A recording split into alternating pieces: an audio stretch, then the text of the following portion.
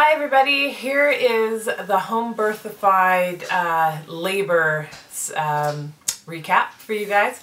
I don't know how many parts this is going to be, if I can squeeze it all into one video, but I'll try my best to do so. So basically I was 40 weeks on December 7th, which was a Wednesday, and I had my midwife's appointment as I did my little small update before, and they offered me a stretch and sweep, and I refused because I didn't really feel anything going on. With this pregnancy, I had more Braxton Hicks leading up to labor, and so the last couple weeks before I had Arlo, I was having lots of Braxton Hicks, and some of them sometimes were a little twingy, uncomfortable in the cervix area, and sometimes not. So I have no idea if I dilated before I went into actual labor this time, at least in the weeks leading up to it. With my first two sons, that was not the case. I was like shut tight and barely 1 centimeter, even though I've been having strong regular contractions for a while. So that, I think, was a little different for me this time. Anyway, so on the morning of December 10th, which was Saturday, I woke up at about 4:30 to go use the washroom, and when I got back into bed, it was about 10 minutes later, so about 4:40, and that's when I had my first contraction.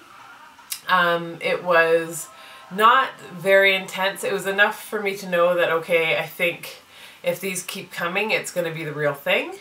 But it wasn't so painful that I had to do anything to cope with it. And so the contractions like that lasted probably for about an hour, and they were all over the place, anywhere from about 3 minutes to 20 minutes apart, and not super intense. So I didn't really think much of it. I couldn't fall back asleep, but eventually around, I think it was around 7 o'clock, I headed back to bed and slept for a couple of hours. And when I was up and walking around, nothing was happening. I wasn't having any contractions. As soon as I went back to bed, I did have a few more. Once again, it was nothing that I could really time. It was more of just, you know, intense enough contractions that I figured something was going to happen by way of real labor, but not so intense that I had to do anything to cope with them. With that set, I think they were probably about 8 minutes apart and just about 45 seconds long.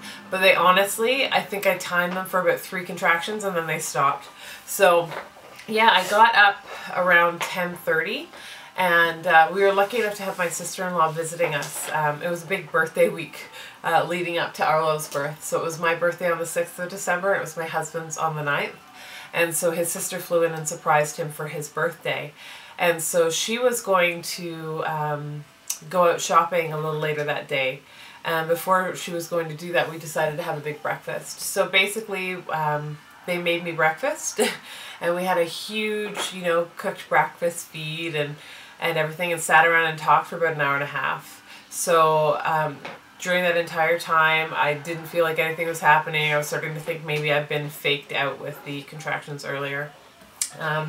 Yeah, and so we had a beautiful, relaxed breakfast and laughed a lot and had fun. And then she decided to go back downstairs to get ready to go out. And that was probably around, I don't know, 12 o'clock. And by the time she came back up in an hour, I would say I was in active labor already. So at 12:30, I had my first contraction, and it was, once again, it was strong enough that it caught me off guard, but it wasn't so strong that I had to do anything special to cope.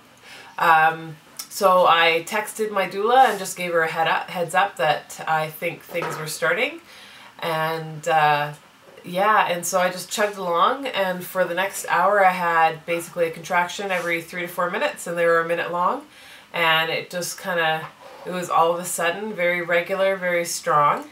So after an hour I called my midwives. It was around 1:30 that I did that, and my midwife was just out doing some errands, so she said she'd be over in about 20 to 30 minutes, and I texted my doula back to say that I had called the midwives and I would keep her posted, but I didn't think I needed her to come yet.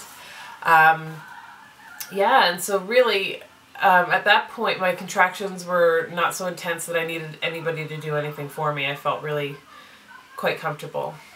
And yeah, it was about that time my sister-in-law came back up, and I suggested that maybe she not go shopping so she could stay and help watch my 2 older sons. And my younger sister, I called her too to let her know that things were happening, because she was actually the original person that was supposed to come and watch my older kids. And so she and her daughter started making their way over. Around 1:30 we started setting up the birth pool. And I was really glad, even though I rent the darn things, and I tell people that as soon as they know things are getting going, they should half fill the tub up with the hottest water possible. You just totally underestimate how long it's going to take to fill. We have an older house, so it took about a good hour to fill that tub. And we started with the hottest water possible, and we filled it probably about 1/3 of the way full. And that water temperature in, I think it was measuring about 160 degrees Fahrenheit, which I think is somewhere close to 45, I have no idea, maybe 50 Celsius. And even though usually I would have said, okay, let's wait for the water to start getting hot again, I told my husband to just keep filling it even though the water was cooling down as our hot water tank was depleted, because I just had a feeling that if I stopped, it would not get filled in time for me to get in the pool. It was around 5 or 10 after 2 that my midwife showed up. And I was actually really glad it was the midwife, my midwife Kimberly, who showed up.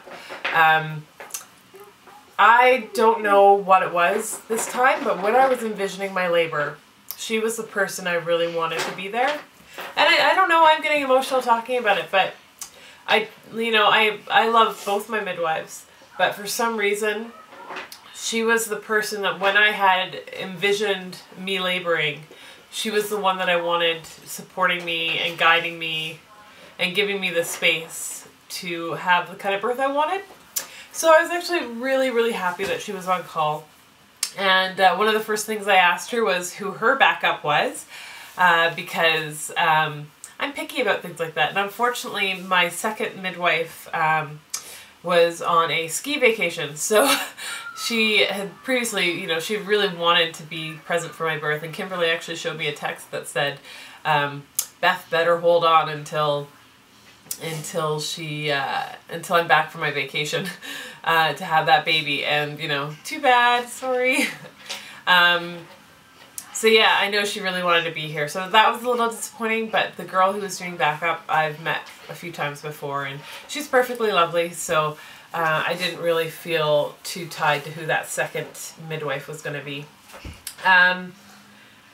So yeah, it was about 5 or 10 after 2 that my midwife got here, and she just started setting up some of the basic stuff to get ready to examine me and make sure baby was okay. So she had a quick listen to the heart rate of the baby, and she did my blood pressure, because obviously my blood pressure had been high for previous visits. And it was something super normal, like 122, 170. It was, better in labor than it was for most of my previous midwife visits, which I find hilarious when I was going through that much discomfort. Yeah, it was around that time that I started needing a little extra help during contractions. And for me, all that entailed was that I wanted my husband to either just put his hands on my lower back and just suck up the warmth from his hands, or a little bit of a rub during that as well on my lower back. And that's really all I needed. I just had to lean over something, let him put his hands on my back and rub, and then I was fine. It was around 2:30 that I texted my doula and asked her to come over, and she wasn't very far away. And so she ended up getting here within about 5 minutes.